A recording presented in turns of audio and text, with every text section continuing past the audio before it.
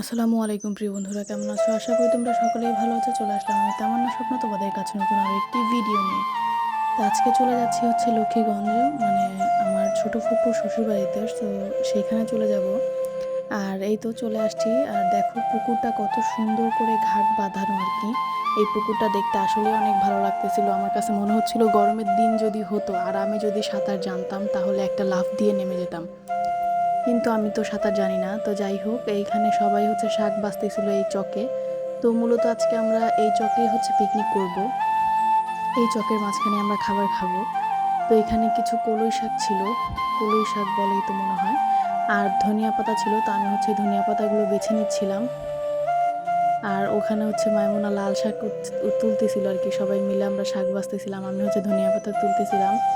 আর এখান থেকে কিন্তু আমরা শাকগুলো কিনে নিয়েছিলাম। তো যাই হোক, এই যে কলই শাক, এগুলো মানে এগুলো না, সামনে কলই শাক ছিল। তো সেগুলো বাছার পরে আমরা হচ্ছে এইখানে হচ্ছে সবাই মিলে হচ্ছে পিকনিক করতেছিলাম। বিরিয়ানি, চিকেন বিরিয়ানি ছিল। তো আমরা হচ্ছে সবাই একসাথে খাওয়া দাওয়া করতেছিলাম সরিষা ক্ষেতের মধ্যে বসে। আর রোদের মধ্যে খাবার মজাই, মানে মজাটাই আলাদা, আসলে অসাধারণ একটা বিষয়।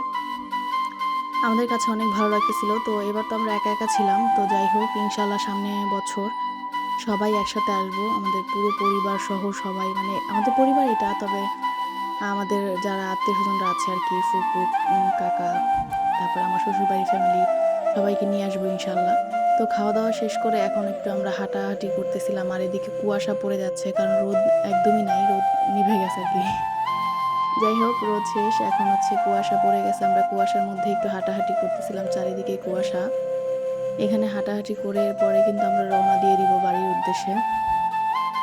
আর অবশ্যই আমার ভিডিওটি দেখে যদি তোমাদের কাছে ভালো লাগে, তোমরা যদি বিনোদন পাও, তাহলে অবশ্যই লাইক, কমেন্ট, শেয়ার এবং সাবস্ক্রাইব করতে ভুলবে না।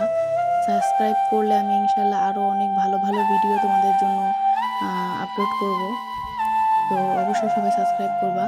আর এদিকে হচ্ছে মাইমুনা এই গরুটার সামনে যে গরুটাকে বারবার চেঁচায় দিচ্ছিল, আর গরুটা দৌড় দিয়ে চলে আসতেছিল বারবার।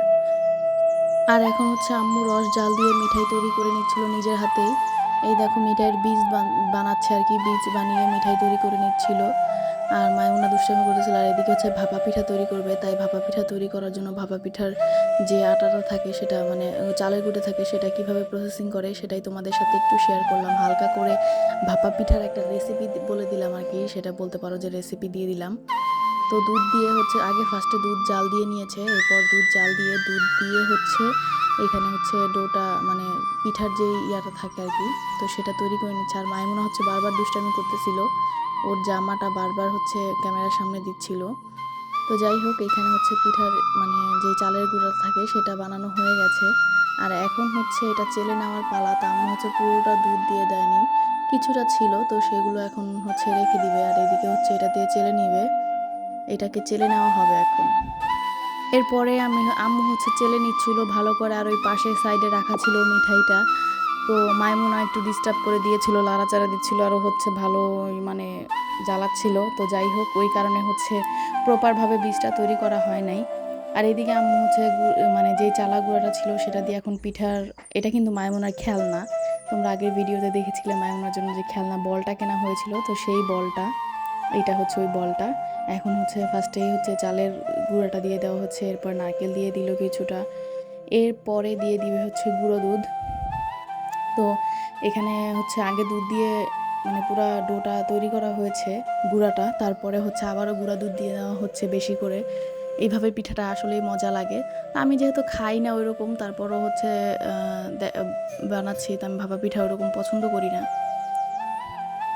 এখন উপর দিয়ে নারকেল দিয়ে দিচ্ছে ভালো করে, বেশি করে নারকেল দিয়ে তারপরে আবারও হচ্ছে চালের গুঁড়ো দিয়ে দিবে, দিয়ে তারপরে হচ্ছে পিঠাটাকে ওই যে একটা কাপড়ের মধ্যে, সাদা কাপড়ের মধ্যে দিয়ে দিবে।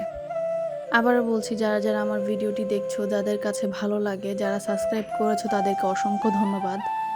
আর যারা সাবস্ক্রাইব করেছো, তারা যারা আমার ভিডিওটি দেখো, তারা অবশ্যই লাইক দিয়ে দিবা, লাইক দিয়ে আমার পাশে থাকবা। আর কমেন্ট করে জানাবা তোমাদের কাছে আমার ভিডিওটি কেমন লাগে।